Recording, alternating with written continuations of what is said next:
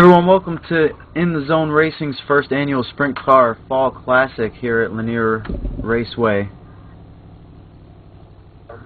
I'm here in the booth. My name's Andrew Fash. I'm here with Bill Tomer. Hi, Con. How you doing, Andrew? Good. How are you, Bill? Not too bad. Looking forward to getting watching some of these guys race here.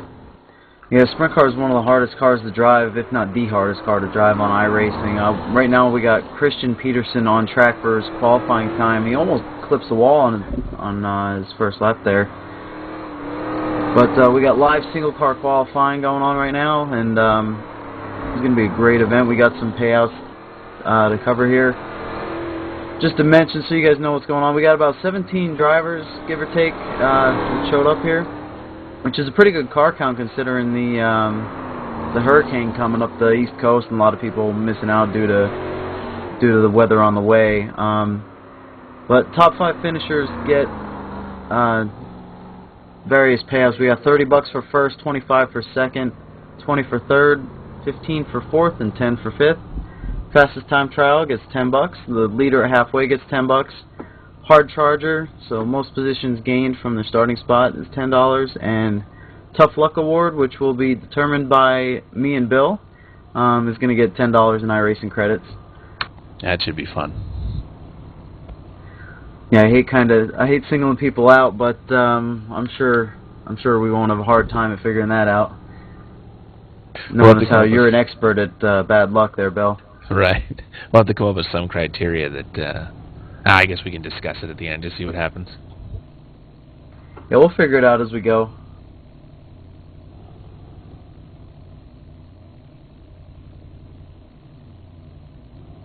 We got Corey Stockert coming out right now. Turned a 13.4 in practice. A little bit slower than most, but he did show up fairly late into practice. I must say I do think this car is the hardest to drive because you really got to be easy on the throttle at all times with this thing. You got to be patient with it. Yeah, I agree with you, Andrew. This thing is misery to me. The only track I think I can even drive it in a straight line is at Irwindale. Yeah, I've run it at Irwindale with you guys before, and I ended up crashing out eventually. It was running okay. Whoa, we got a spin on the. He completed the laps though, but. He turned 13.1 on the first lap, 13.2 on the second, so a little faster than practice, but you need to pick it up to catch up to the top half here. But I've run with you guys before at Irwindale, wrecked myself out, and I've turned a few laps here with the setup today, and I barely got to full throttle on the straightaways with this thing, because it just, I mean, you're always turning with this small track. And it wants to kick right out as soon as you touch the gas. Yeah, it definitely is a handful. I think the ITZR Sprint Car Series ran here 2 seasons ago. I think I attempted to race with them a couple times and gave up. It's just too difficult. You know, it's a circle, so you're just always off the gas. Yeah, as you saw right there, Dylan Rowe out on track. He caught the wall with the right rear on the. I think that was the warm-up lap, and I mean that probably damaged the car, and he took it easy the next 2 laps. But it's easy to do here.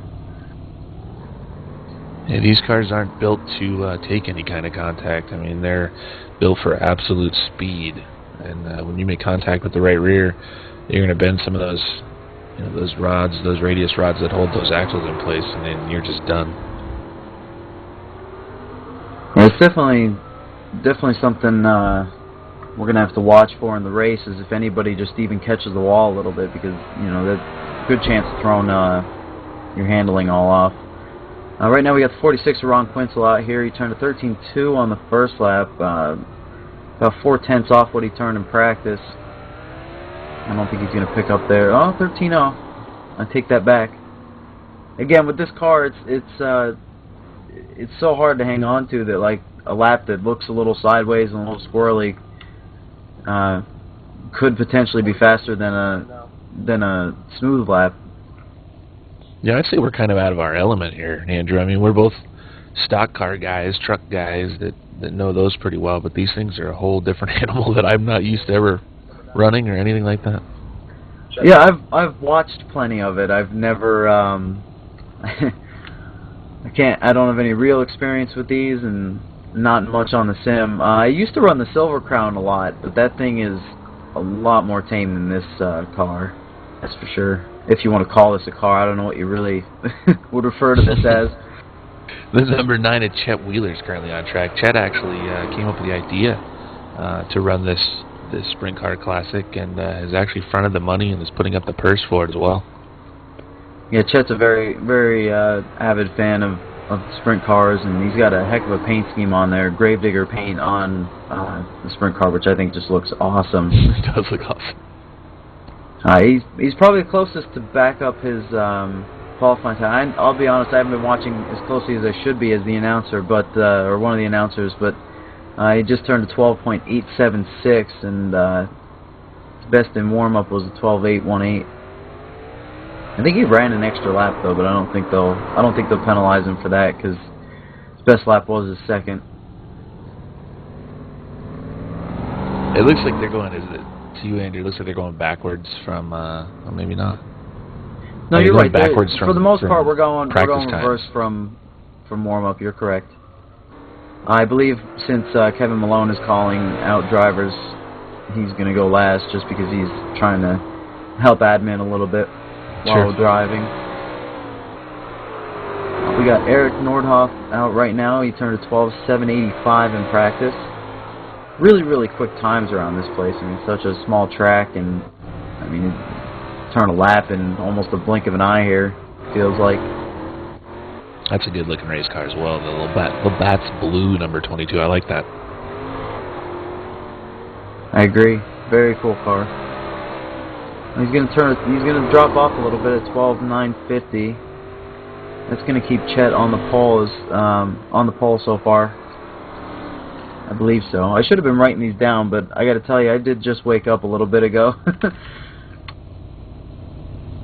The wonders of working grave shift. I think we've kind of lost the ability. I don't know. I think it's kind of a problem with the spectator session here. We can't see their times, but I am writing them down. So that was a 12.9 he ran.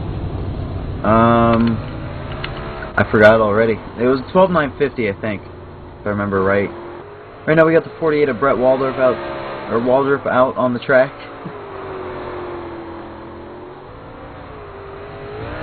A little bit loose out of 4. That's going to cost him on both laps.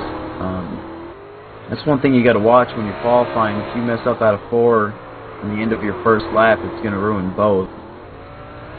But we'll see if he can pick up there. 13.094 on his second lap. He's definitely going to be kicking himself on that one. I'm showing Chet Wheeler still on the pole with a 12.876.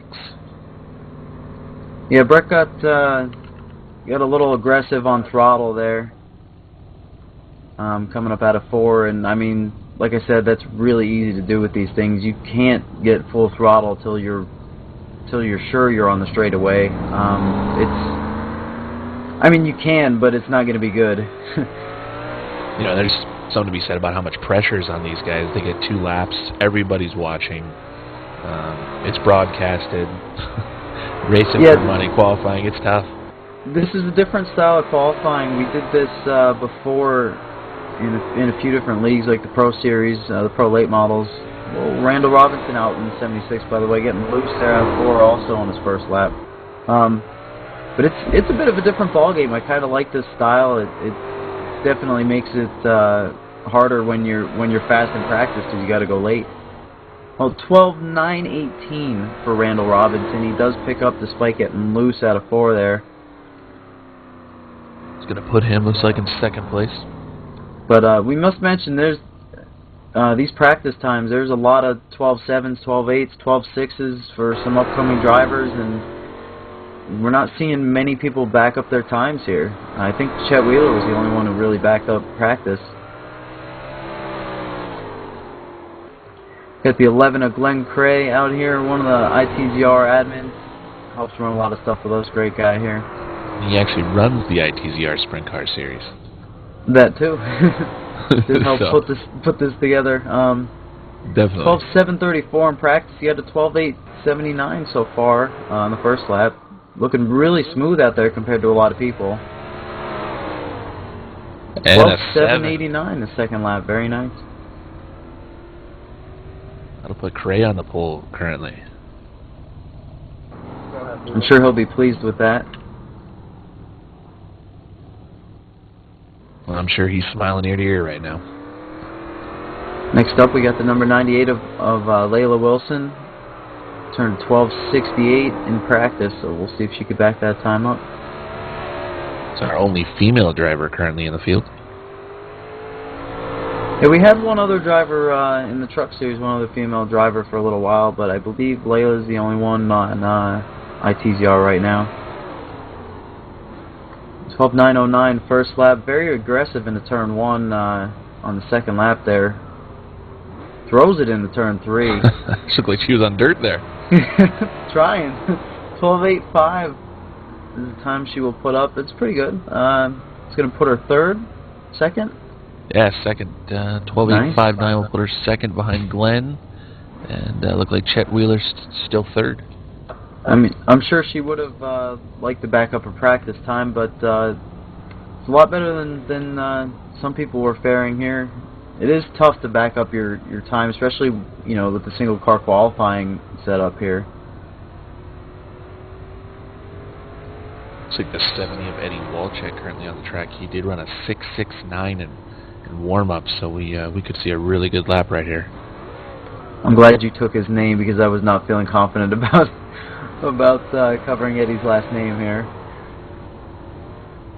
I'm sure we're butchering it a little bit here, but doing our best. We have to talk to him and find out the correct pronunciation, but we haven't done that currently. 12:85 on the first lap, 12:87 on the second.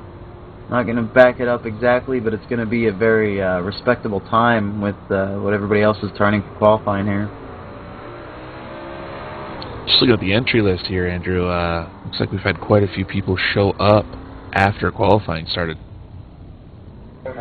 Yeah, I'm sure a lot of people that are running tonight have practiced already, over the past few days here for tonight's event, or today's event. I keep saying tonight. It's like because I did just wake up. We have Matthew Pilas out here in the 5 fastest in practice with a 12.626. We'll see if he's able to back up his time. A little loose out of 2. We'll see if that hurts him here. Probably will a little bit, but otherwise, close to the wall off of 4. 12.878 lap 1. He's going to have to step it up to back up practice, and the wall is not going to help him there. We'll see if it counts the lap. If you do touch the wall at iRacing, yeah, it did not count the lap. If you catch the wall, if you spin out, anything like that, your qualifying time will be disallowed. But his first, he did get a clean lap in, so be able to use that first time. And here comes a fan favorite.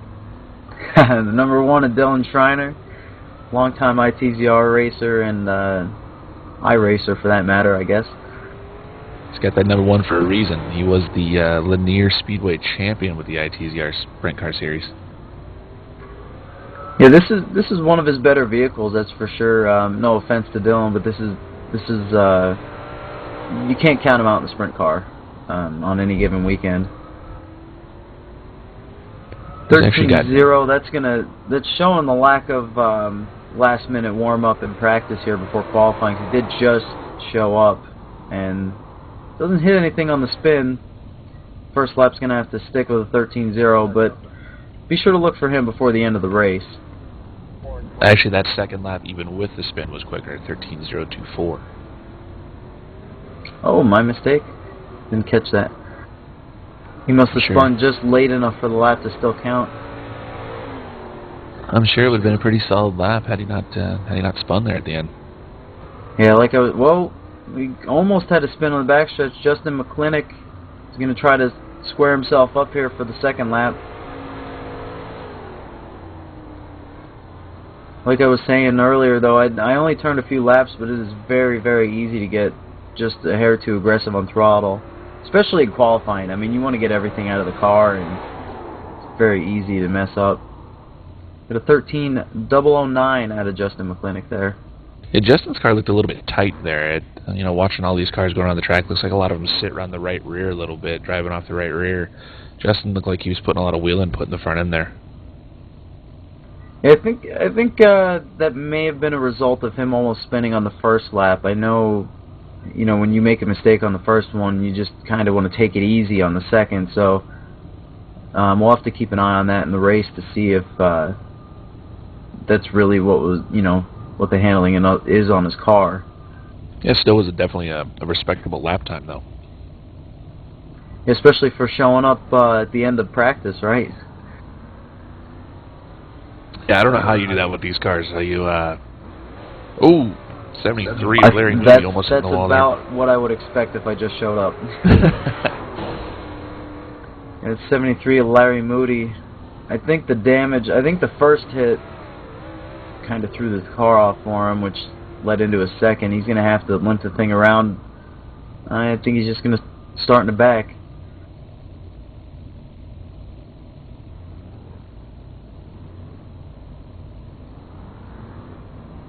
Next up we got the 64 Charlie Needham.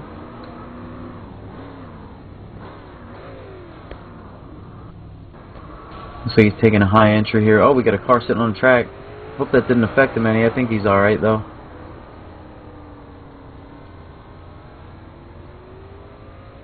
So he's taking a very smooth, calm approach to it. That's not a bad idea for those drivers who are a little bit late to practice here.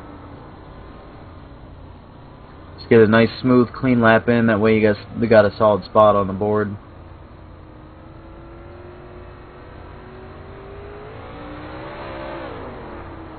Very conservative lap there though, 13.6 on the first one, and a little bit slower on the second lap, so the first one's going to stick.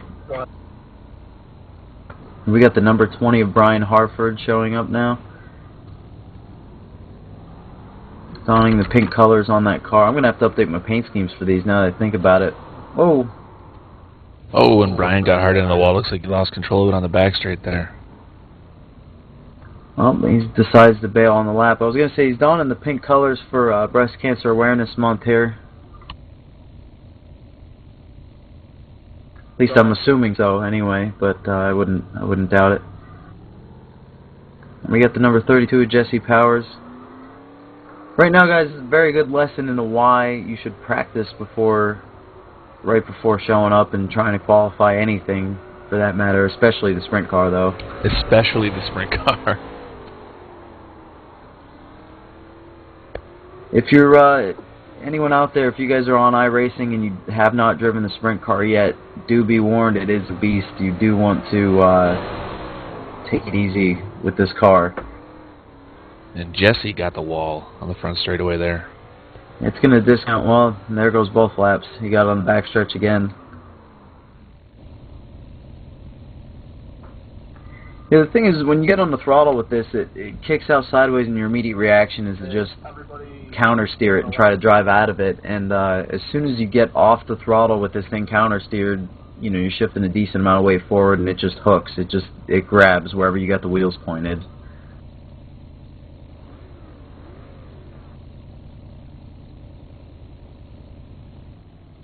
I believe we should still have Kevin Malone to go. Here he goes, out for qualifying.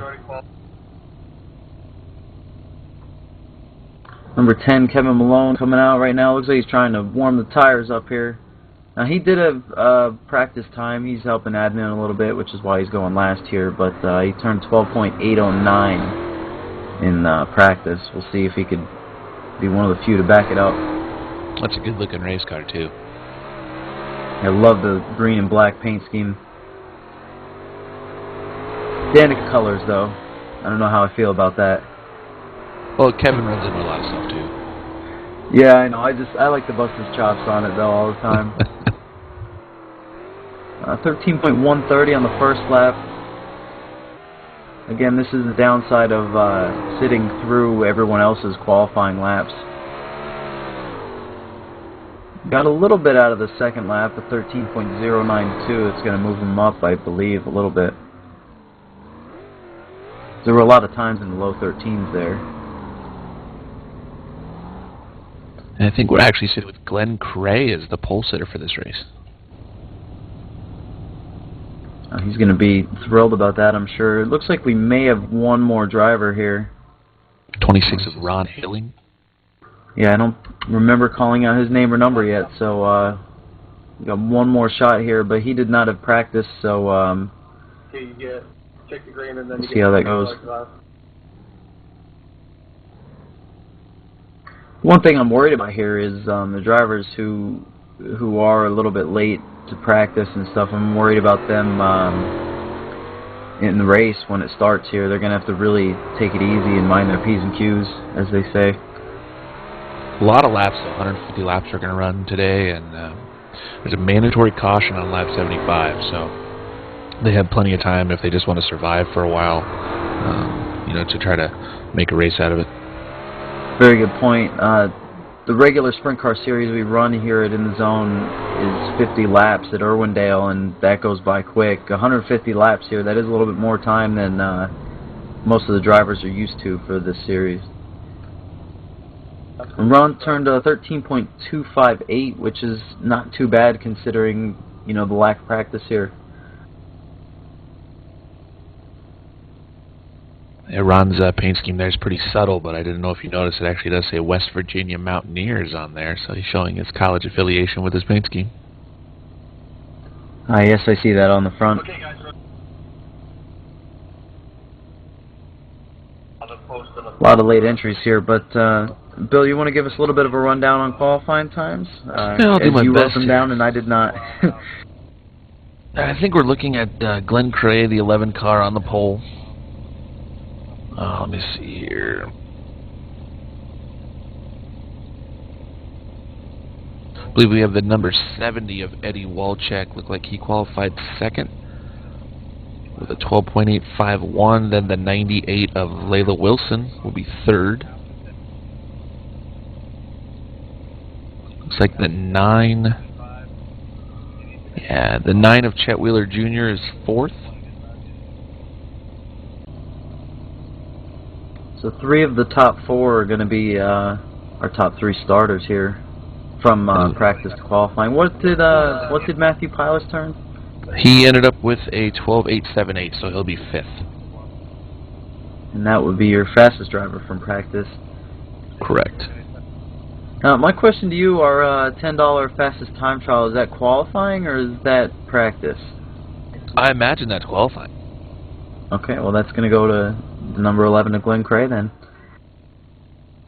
Now he's going to be really happy. That's going to cover some of the ITZR servers for a few weeks for the sprint car series, I'm sure. Now we have a small break in the action here. I believe we're going to have to go to another server. Yes, we will be back in a few minutes with the race here.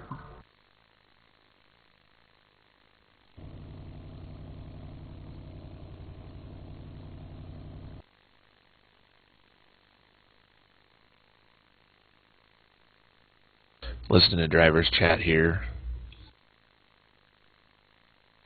Sounds like the drivers are being told there's going to be about a 20-minute break. I hope that we're not expected to fill that.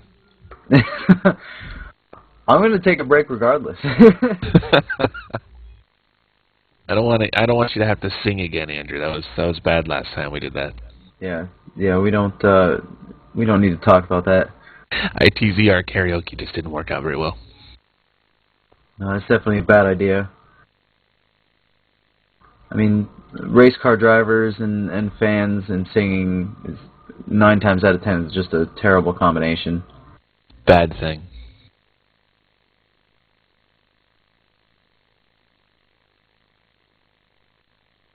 I'm actually surprised how many people showed up last minute for such a tough car.